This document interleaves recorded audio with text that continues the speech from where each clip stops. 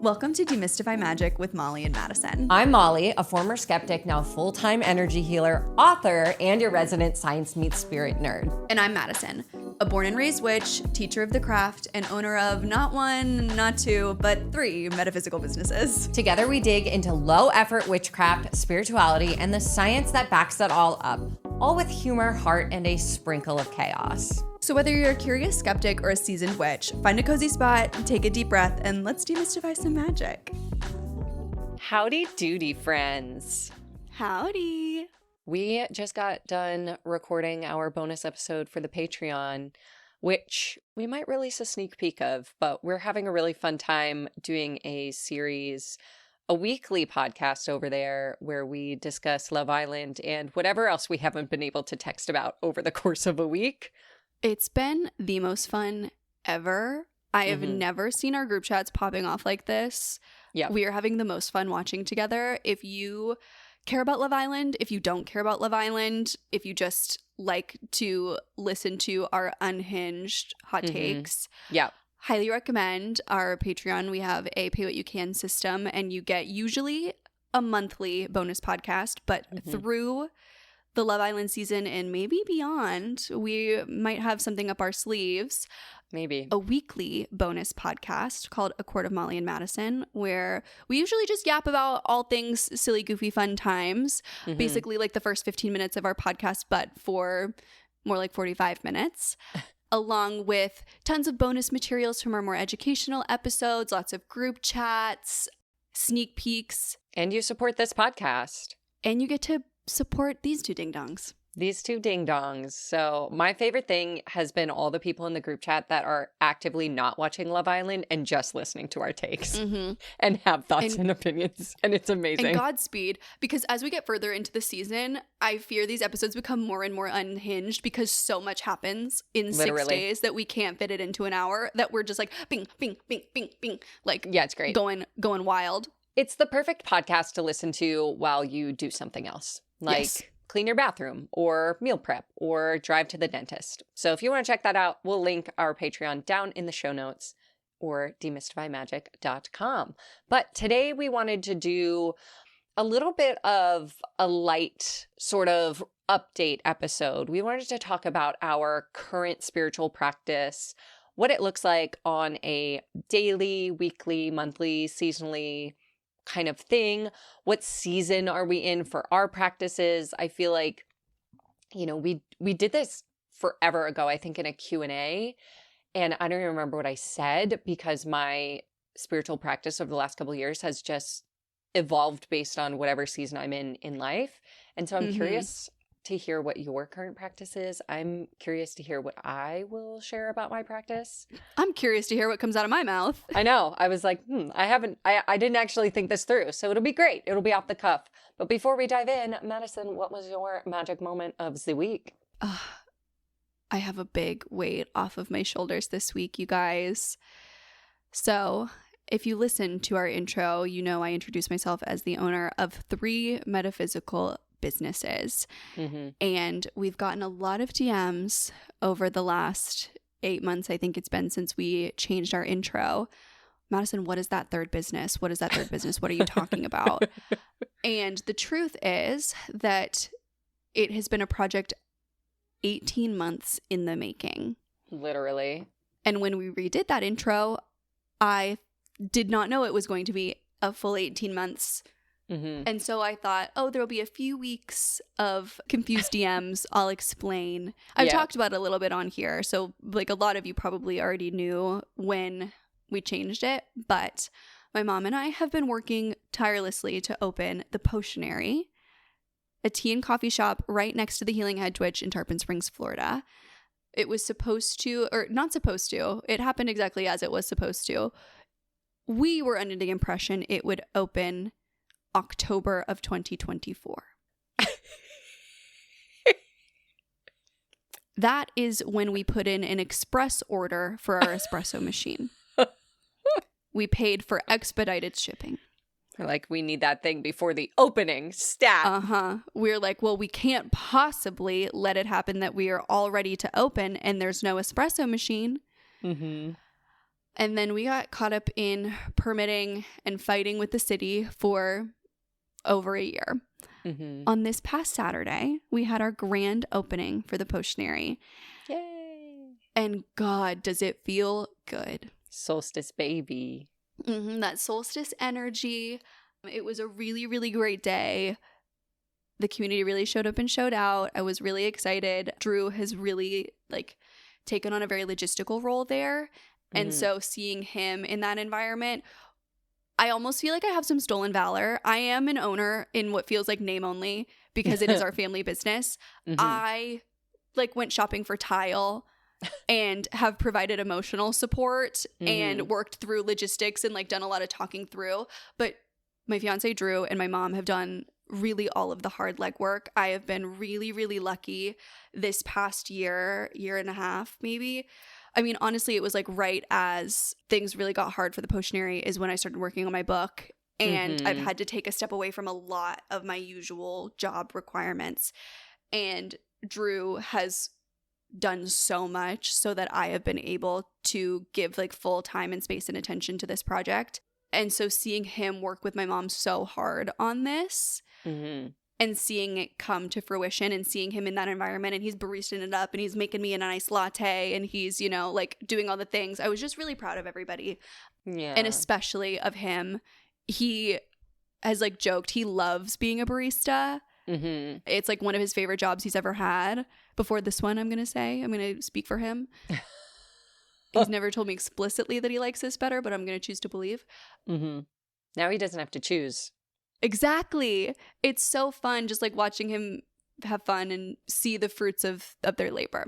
It was a really good time. I love that. I can't wait to visit. I know. What was your magic moment?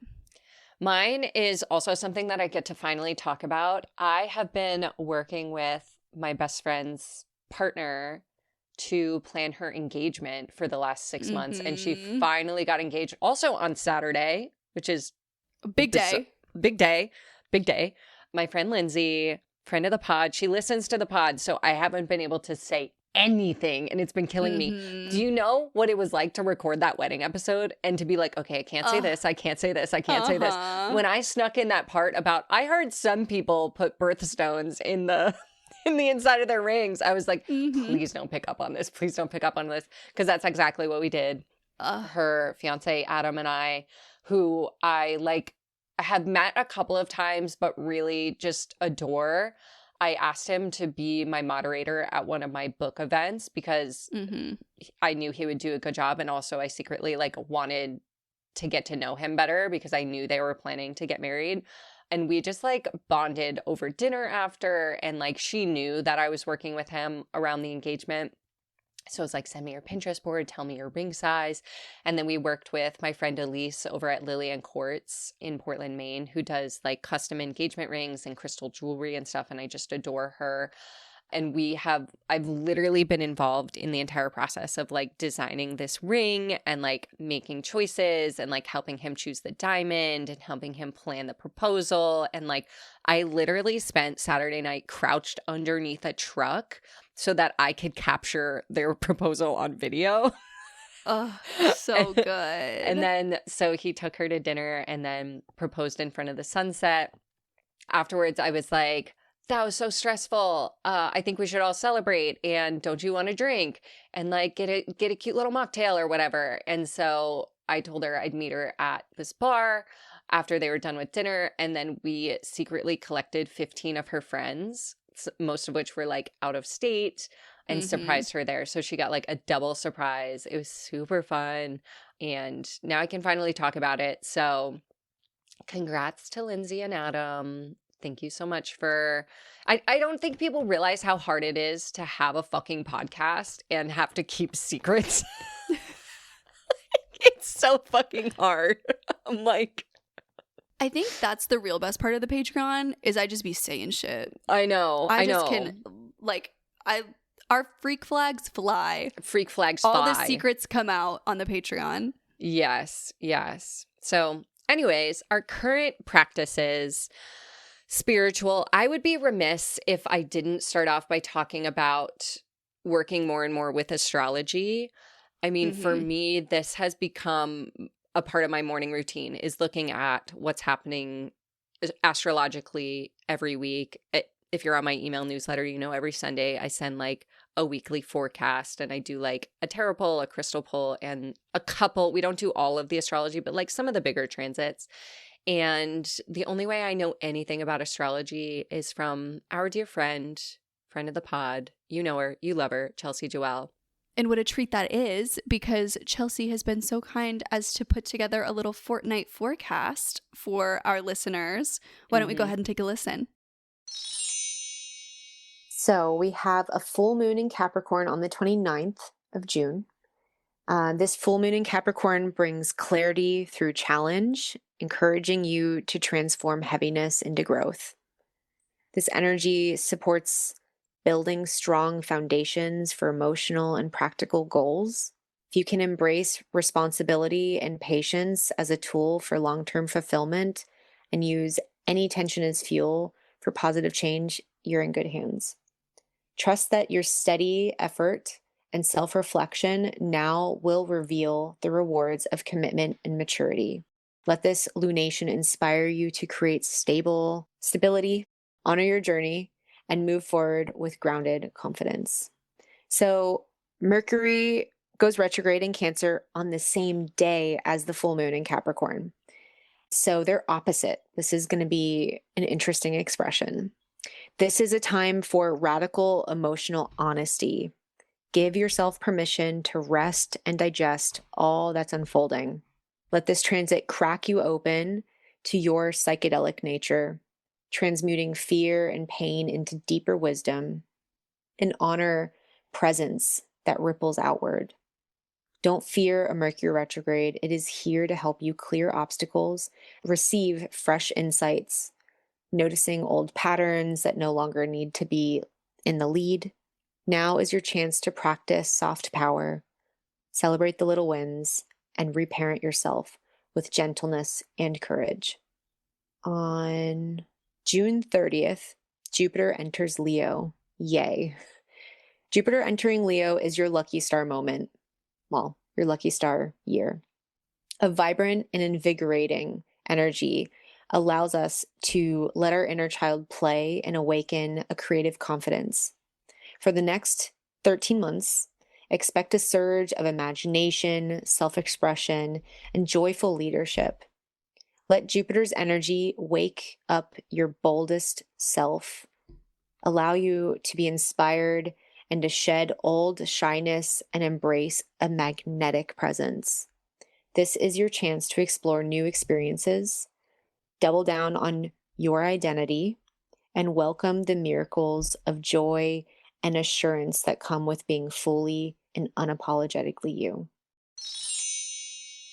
And we're back.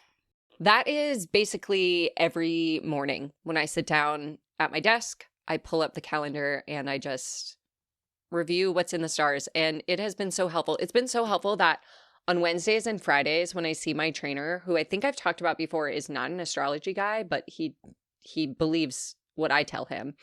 As he should. As is a man's job. As he should. I literally read from Chelsea's calendar to him.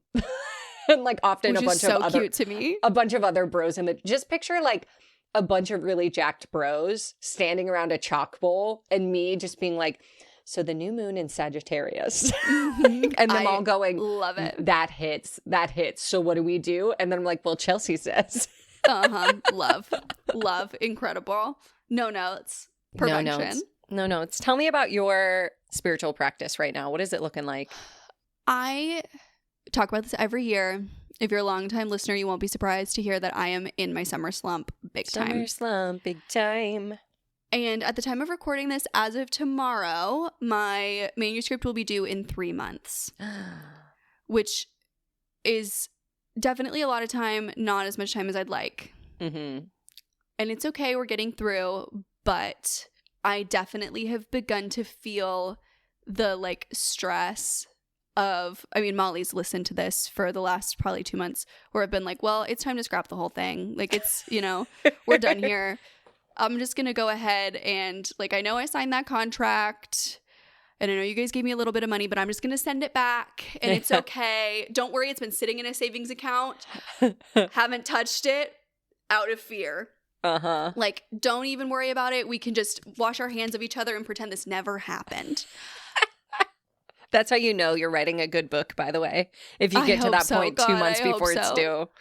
Because that's very much been the place that I'm in, paired with the fact that it's 100 fucking degrees every day already. No, thank you. Which it started like halfway through May.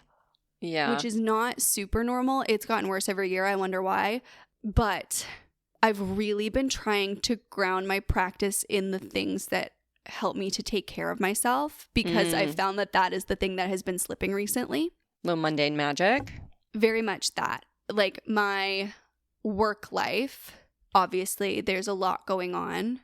Not one, not two, but 3 metaphysical businesses, as we started the episode with.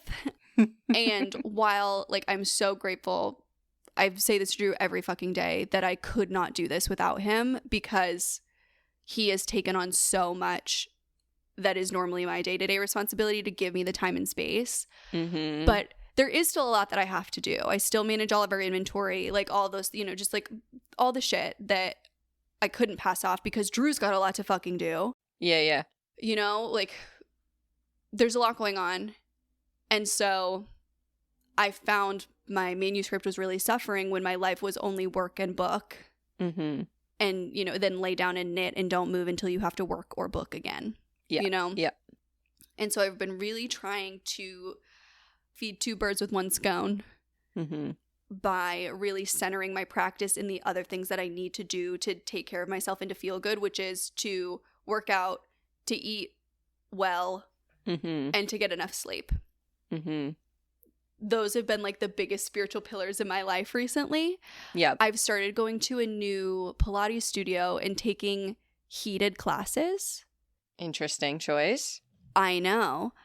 Wouldn't have pegged you for heated Pilates, girly. Girly who hates the heat.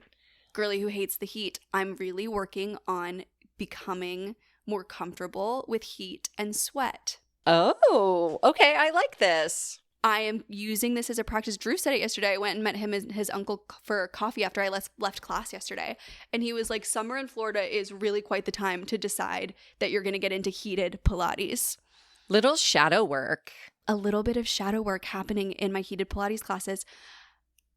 And it has been really helpful. I hate the heat. Again, Florida girl, I know it's kind of ironic, but there reaches a point in the summer where it's just abysmal and you don't want to be outside. Yeah. And you're sweating, you're showering twice a day at least. Like it just is not, it's not fun. Waking up and going into a dark room that is intentionally heated to 100 degrees, accepting that I am going to be gross and dripping in sweat, has become a really good way of like getting comfortable. Yeah. And then it gives me a level of gratitude when I leave for the 85-degree weather or the 92-degree weather, which sounds wild. No, I get it. I get it. As someone who did hot yoga for like 3 years of my life, I fully get it. I took a hot yoga class last week and it was so fucking good. I've also gotten back into yoga. That's been like, that's something I'm really going to try prioritizing, like stretching, and the studio near me does meditations, like participating in that and having some level of like accountability, because I do love a group fitness class, because if there's like a monetary punishment for me not showing up to something I've committed to, I will go. Today I woke up this morning and I was like, God, I do not want to get out of bed and get in that 100-degree room and sweat my ass off. And then I was like, wait, I get charged $10 if I don't go. Yep. And up I went. And I felt so much better. And sweating like that is almost like a cleanse. Oh, it's totally a cleanse. I remember the first hot yoga class I ever took was also the first ever yoga class I took. I thought I was in for like light stretching. No. I was on I brought my Wii Fit yoga mat because I didn't own a yoga mat. Not the Wii Fit. Not the Wii Fit. Thinnest little yoga mat. And I remember going in there and being like, what have I done? But afterwards, I went home and I was like, I think I'm going to drink water. I think I want to eat something yes. green. And it changed my life because it did. It felt like the deepest fucking cleanse of my entire being. Like parts of me were sweating that I didn't know had sweat gland areas, whatever. And I felt like I shed my snake skin. Mm-hmm. That was the start of my spiritual journey, by the way. That one class on my Wii Fit mat. Yes, and taking that class and having that cleanse and enjoying myself, because I do also really enjoy Pilates as a workout. Mm-hmm. Like I like it. I like Matt way better than Reformer. I know that's a hot take. It's a girl who's not balanced. I tried it. I was at Solid Core. I know that's not Pilates, but whatever. I was at Solid Core for like a year, and I was just like, I can't be falling over in front of people like this all the time. But enjoying the class and enjoying the sweating, it does create a more positive association for me in that I'm not as upset when I'm so hot in other times, and I can see that sweat as a good thing during the day as well as during the class. Yeah. And so having an hour once a day that I have to dedicate to myself has been a really spiritual experience for me recently. Yeah. Okay. This is inspiring me to consider group workouts again. It's been a long time since I've been to like a group fitness class because I have a personal trainer. I go twice a week, but honestly, like I don't go to work out. Yeah. I go for the social hour. I go to share the astrology. I go to share the astrology. I have to go let the bros know what's going on. Literally. But honestly, like I go because I'm the same way. Like if there's a monetary cost to not going, I have to go. But I go. I will be there. But my primary purpose of like having that monetary cost is because I need to get out of my fucking house and I need to socialize with someone who is not my family. Yeah. Twice a week at a minimum. And so I go and I like lift a couple of weights and I probably complain the entire time. And like, it's also been really helpful because like my trainer is just really cool with whatever we do. I remember like the day after the presidential election, I had a session. And he's like, what do you need today? Do you need to not work out or do you need to like work out? And I was like, I need you to work me out so hard. I have no thoughts in my brain. And he was like, cool. And like can do that. Or if I ever show up and I'm like, I just need to like shake out this energy, like push me harder, he will. But most of the time it's because I need to be around people. Yeah, I get that. I think the biggest thing that has made fitness more spiritual for me is working out in a space that is dark. Where, and it's the same thing that I like about yoga is that I like about Pilates is that it's very tied to your breath. Yep. It's tied to moving slowly. I love moving slowly. And it's tied to like being very intentional in your movement. Like it is. It's a mindfulness practice. It is. It's very similar to yoga to me. At least the studio that I go to is. I don't think that I could have the same experience in like a HIIT class or like a weightlifting class. Yoga. Yeah. Maybe I could in like a more dedicated like weightlifting situation, but anything that's like, you know, lots of jumping or, you know, like CrossFit, less so. Yeah. An intentional workout in a dark space where I have to return to my breath. Yeah. Sometimes that's the closest I get to meditation. And I know that like I for sure could be doing more in the spiritual space. That's something that I'm really trying to work on, especially through this last 3 months of my manuscript writing situation, is like I know sometimes the reason that I'm having trouble writing about spirit is because I'm not interacting with spirit as much as I want to be. And so that's a big goal of mine for the rest of this summer is like if I'm going to be inside, then I need to be, you know, doing some spell work. I need to be like in some stuff that's not for research for the book, like some stuff that's just for me. Yes. That's what's been hard is it's like I write out an idea for a spell. I do that spell. Yep. And then it's I revise. Work. And then it's work, right? Yeah. And so I'm trying to do more that is purely spiritual for the sake of being spiritual, not for the sake of like giving somebody else something. Yeah, that was the hardest part about writing Mundane Magic for me, is like all of my basically if I was doing spell work, I had to prioritize doing spell work for work rather than for self. Whereas before it was like, okay, 90% of my spell work is for self and 10% I share with the world. But when you're in that like deadline manuscript mode, it's like 90% of your spell work has to be for the world and 10% is for yourself. And that can be really hard to navigate. And it's also very interesting because like it's such a unique experience to like witchy authors or creators. Yeah. It's like not something that, you know, like anyone prepared me for, to be like, and the same thing happened for me when I started teaching meditation. Is all of my meditation practices and all of the yoga classes I went to became research. And it took me a long time, like years, to get to the point where I could take a yoga class and not think about how can I adapt this sequencing? How can I adapt this theming? Like now I go to a yoga class and I'm just like in it and I'm present, probably because I stopped teaching yoga as frequently. And it's such a weird place to be in, to like now all of a sudden have to have a public practice that you also keep some private for yourself. It's a weird dynamic to be in. Yeah. And so I think and then it becomes hard to talk about, right? Because it's all stuff that I can't share. Yeah. Yeah. Right? I'm like working through and adapting practices because a lot of them, like, for those who don't know, I'm writing a book right now called The Grief Grimoire. It's about my experience with grief, pulling in people who I know and love and talking to them and interviewing them about their practices around grief and their experiences with grief and all of those things. And I'm writing it because my good friend Linda died last year.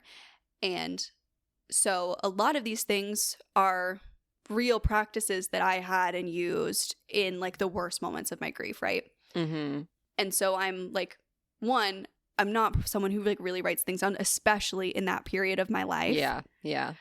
I was not really like I was not writing out these rituals and spells that I was doing. You weren't like, this candle made me feel slightly better. Let me write it down for one day when I write a book. You were just how do I stop crying for 30 seconds? Yeah, I was just living it and doing what I could do to like get through. So it's like going back, reliving those moments, working through it, writing it down, adapting it. Because there are some things that were very personal to Linda, right? Like there were choices that I made that were because of their tie to Linda. So I'm like, okay, so how do I change that and make it a little bit more universal for whoever you're grieving, rather than using Linda's favorite color? Like what's a more universal thing? You know, like whatever, yada, yada, yada. And so then it becomes this like this work that is really, not only is it work, it's hard work and it's emotional work that is sometimes really difficult to process and to get out. Yeah. Which makes other spell work, in the same way that like my Pilates class is making me more comfortable with the heat, sometimes my book writing makes me a little bit less excited about other kinds of ritual. Yeah, because it's heavy. But one thing I have been doing that I've really enjoyed recently is working specifically with some poisonous plants. So one of my interviewees for the book, I'll give a little spoiler, is an herbalist who specializes in poison plants. I won't name drop yet because I don't know how much I'm allowed to say, but I spoke with somebody who is like a master with poisonous plants, and they gave me some stuff to try. And so I've been working through actually something that kind of scared me at first, which is like fumigation meditation, which is lighting poisonous plants on fire and breathing it in and meditating. Oh my God. I know. It's so sick. Really? I've been working my way up to one of the things that they gave me, which is just like pure henbane seeds. And they said, I'm like, this is safe to do. Don't worry about it. Write about whatever you feel comfortable with, but like I want you to try this. Interesting. Don't do this around your pets, folks. Yeah, don't do this around your pets. they gave me some incense that has a little bit of henbane in it, and I've been using it before divination. You know those readings that I told you about that I had the other week that were bonkers? Yeah. I was using that incense. That's been another thing that I've been doing, is opening my books back up and reading for other people has been a really important part of my practice recently. But doing intentional ritual smoke inhalation has been something that I've really leaned into recently. And I've really enjoyed it. Interesting. I am someone who, like, I was afraid of, like, I remember my grandma telling me once that if you ever did a drug, you could do it just once and you could get addicted and you could die. Okay, grandma. Which is true. It's not untrue, right? Not but I really untrue. took it to heart. Yeah. And so when I was in college and my friends were, like, doing drugs, I remember one 4th of July crying in a bathroom, like, being so afraid of, like, a mind-altering substance. Yeah. Like, I wasn't drinking like a fish, but that's another story for another day. The lines that I was able to draw in the sand were, like, definitely, you know, Blurry. a little blurry. But that kind of thing always really scared me. Mm-hmm. And it was really interesting to bring it into my practice and watch myself, like, kind of open up in a way. Obviously, use discretion. I'm not endorsing anything. No. I'm not telling you to do anything. I'm just telling you that this is, like, what's a part of my experience right now that I've had a lot of positivity with. Please give it a goog before you, like, inhale anything. Like, oh my God, please. Yeah, this is not, we are not responsible for what you do. Yeah. Do not, like, buy random poisonous plants on the internet and light them on fire. No. Yeah. I would only under the direct guidance of someone who knows a lot more than you, which is not me. But I have to be honest, that's been the sweating and inhaling poisonous plants. That's what I got going. I'm being so for real. We're so real here. Oh, man. We're so real. Wow. That's so interesting. Is there anything weird that you've been into? Anything weird? Yeah, I want to know if there's anything like intentional inhalation. I have been doing, I mean, I don't know if there's anything equivalent to intentional inhalation in that way. But I have been doing a lot more tarot.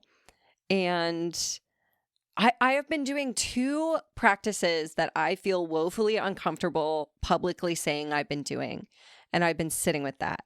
I feel very uncomfortable with, like, claiming the title of tarot reader, claiming I read tarot. Like, if you've been following the pod at any length, you know, I learned how to read tarot from Madison and Anthony last summer and have just really resonated with it in a way that I did not expect. I will say, I think one of the reasons why I feel so uncomfortable claiming that title is because I have very little experience. I'm still building my confidence. And also, like, I think I found a niche of what I enjoy doing tarot for, and I don't want to go outside that niche. Like, I have no interest in doing love readings. I have no interest in doing general readings. I love doing business tarot.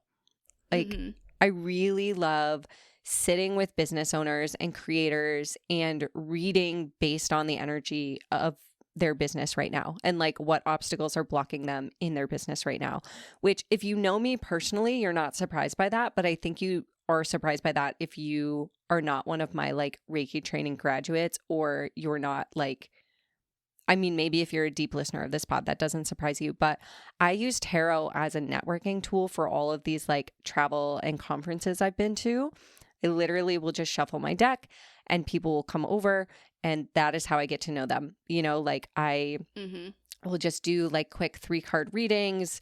I don't have any pressure on them. I don't charge for them. It's literally just how I develop bonds with people and how I've built my confidence as a reader. Like, literally, it started back in March. Like, someone just straight up asked me, like, oh, you're witch. Like, do you read tarot? And I was like, yeah, kind of. Like, I don't sell readings, but, like, I'll do a reading for you. I have my deck. And then next thing you know, I'm doing, like, 7 readings, you know, like, or, like, I went on a retreat with a bunch of other female CEOs, and it's like, I did readings for everyone, and it was, like, super fun. And, you know, now it's just become my thing. And then, like, I went to dinner with the team that like runs the app that my community is based on. And there was a bunch of other creators there. And like one of them did a reading for me. And I was like, oh my God, this is so much fun. Like it's such a good way to get to know people. Yeah. But I'm navigating that like imposter syndrome around, you know, because I don't know if I'll ever be someone that is like, I do readings, but like I'm craving doing readings more and more. Like it's no longer something that I'm just like, oh, I will do it, you know, once in a blue moon. It's like, wow, I haven't done a reading in a couple of weeks and I'm like sad about that. Like I want to do them. And I don't know if I would ever be someone that's like, oh, I'm just going to open my books and like do readings or whatever. I don't know. I can't predict the future. You all can tell me in 2 years when we air this as a rerun and we laugh about it. But it's been really interesting just having these really poignant readings, having people like sit across from me and cry because they feel so seen. And then in the next breath saying like, I'm not really a tarot reader. Like, like it's so interesting. And then at the same time, like my personal practice, I have been going back to Buddhism, which a lot of people have wanted like a whole episode on Buddhism and like my Buddhist journey. But like the long and short of it is when I started my spiritual journey, my first like yoga teacher I really resonated with, she went on retreat with Thich Nhat Hanh, and a lot of her teachings are, you know, from like very much in alignment with his work. And I've always loved Thich Nhat Hanh's work. And, you know, if you have read any of his stuff and you have read Mundane Magic, you'll see the through lines. Like I even name drop him in the gardening section. And I really got into Buddhism about 10 years ago, but I never felt comfortable calling myself a Buddhist. I just like, I was like, yeah, I'm, you know, someone who practices Buddhism, or I align with the Buddhist philosophy. And one of the biggest like misconceptions about Buddhism is that it's a religion. It's not. There is no, like the Buddha is not a god in Buddhism. He's just a guy. And that's the whole point. That. Like, yeah, the whole point is like the Buddha is just a regular person who attained enlightenment. And so like you are a regular person that can have this too. So it's not about like worshiping Buddha. It's about like showing reverence for Buddha because he shows us the path.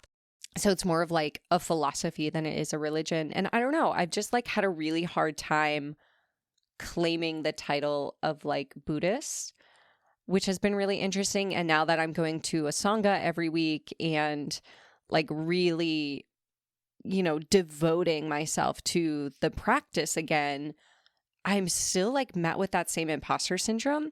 And I have like noticed it just kind of creeping up in all these different areas of my life as like this underlying like festering zit that is now coming to the surface. And so that a lot of my practice has been just shining a light on that and being curious about that and not trying to push that away, but also just being like, oh, that's so interesting how I feel like an imposter claiming that I'm a Buddhist. Like, why is that the case?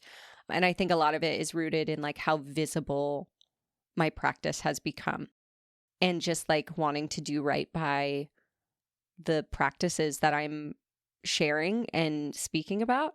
So I don't know. There's a lot of like nuanced layers that I feel like I'm uncovering in myself right now through both of these practices and sort of the discomfort that they bring up for me and the comfort and confirmation they bring for me at the same time.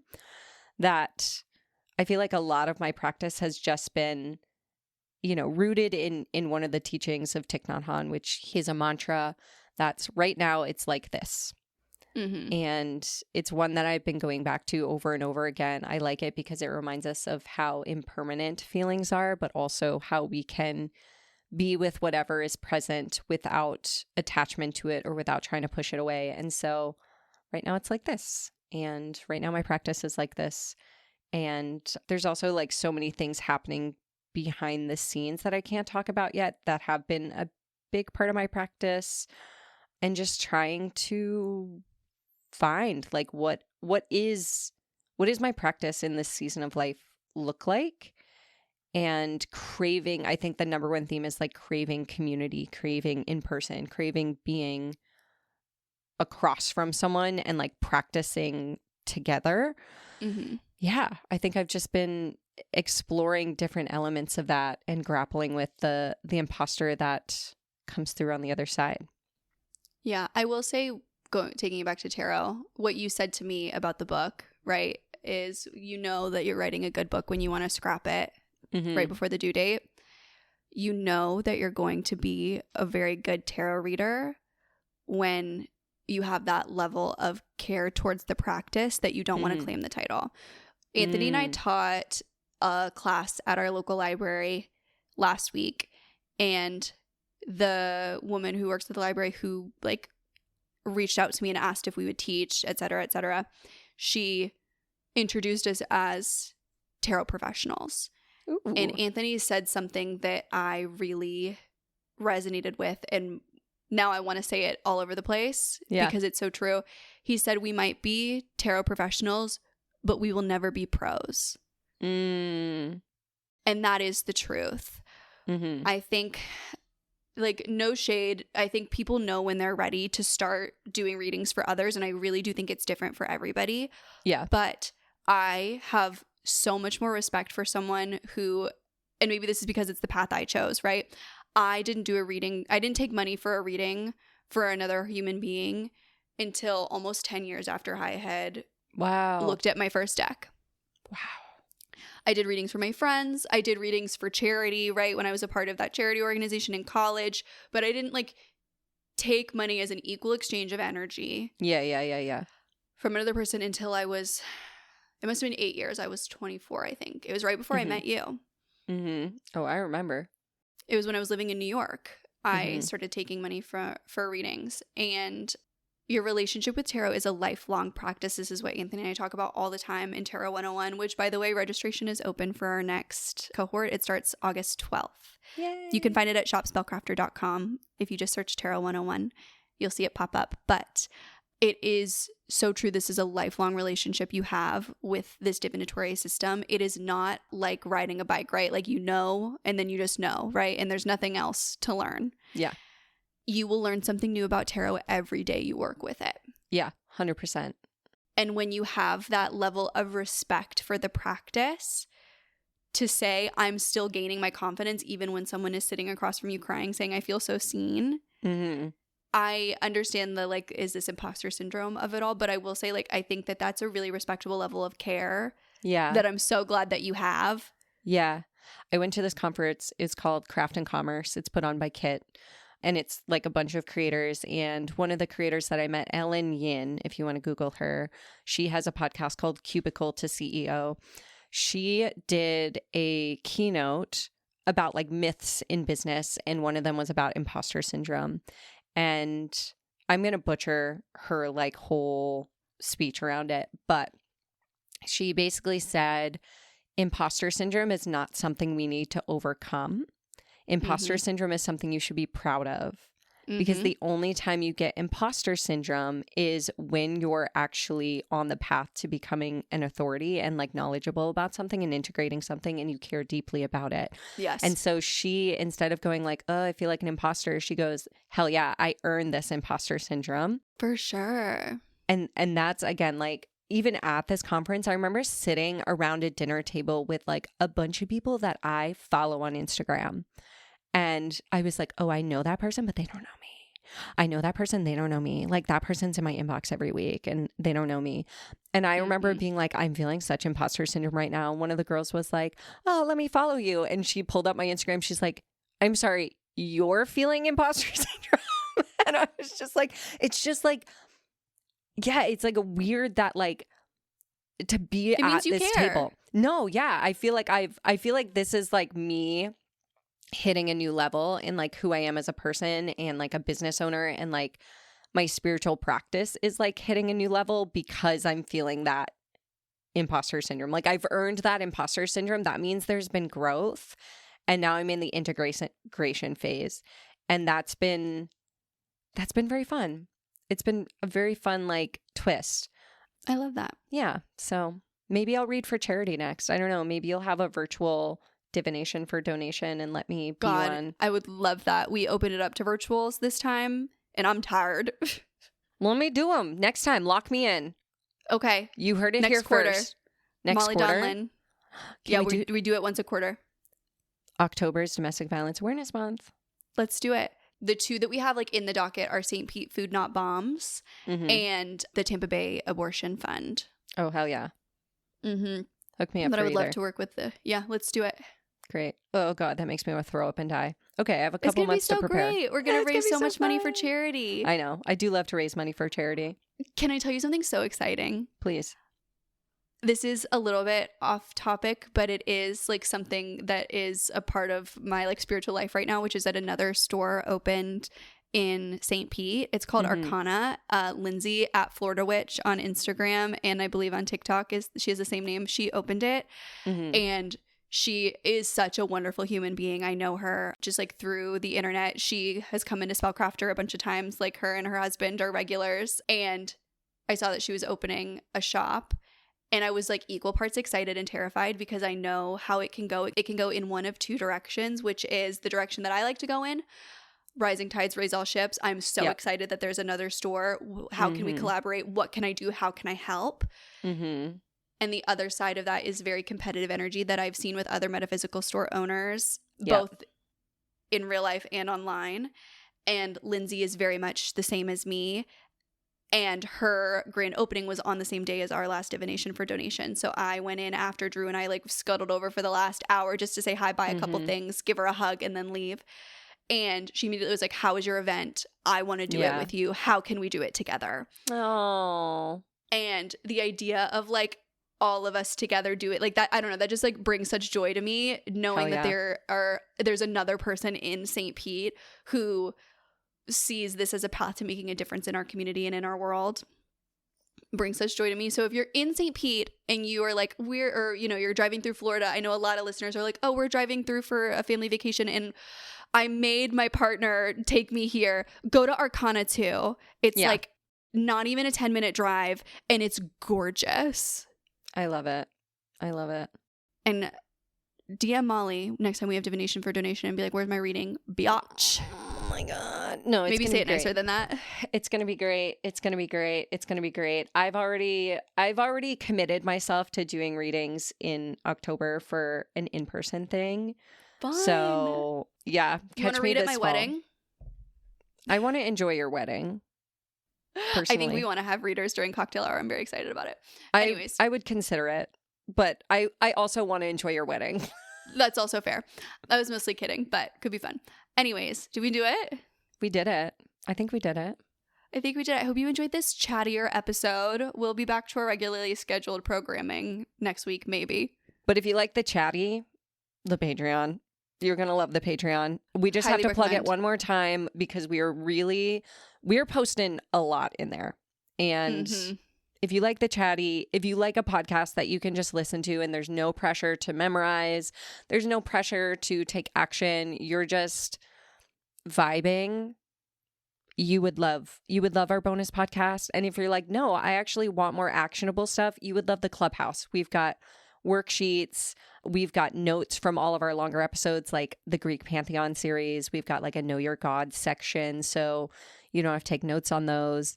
We've got some awesome group chats where people share their magic moments every week or things they're grateful for, or they're just like becoming besties, which is super fun. We would love to see you over on the Patreon, but you being here is what we love and adore. So thanks for all your support. Yeah, we'll see you next time. Bye.